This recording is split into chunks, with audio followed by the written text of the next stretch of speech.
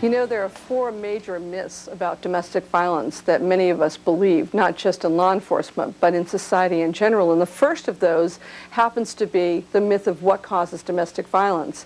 Now, if I were to ask any of you what you think causes domestic violence, I'd probably hear the typical answers. Well, anger, stress, frustration, not enough money, not enough jobs, too many kids, infidelity, jealousy, use of alcohol, use of drugs, not enough sex. You get my point. Well, we know that that has something to do with why domestic violence happens, but it really doesn't cause domestic violence. So what I'd like to share with you are the 5 major reasons for most of the domestic violence we see in the country. The first one is the most important one, and they go down in order of importance to the last one. And the first of these is what we refer to as an underlying foundation of domestic violence, and that is the reality of a patriarchal cultural value system. So check it out. Here's 1990, and our challenge is to go to the police department and train, a bunch of men mainly, that we're talking about a patriarchy that not only condones but endorses domestic violence.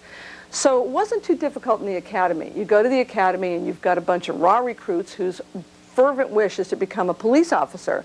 It doesn't really matter what you tell them. I mean, if you outrank them, they salute a lot and believe you if you say black is black or black is white.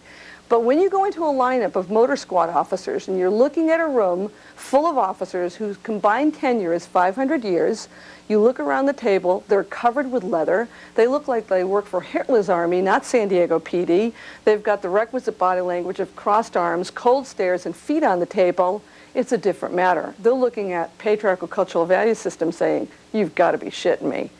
So we did our homework. We brought proof to them. And I'd like to share some of that proof with you today.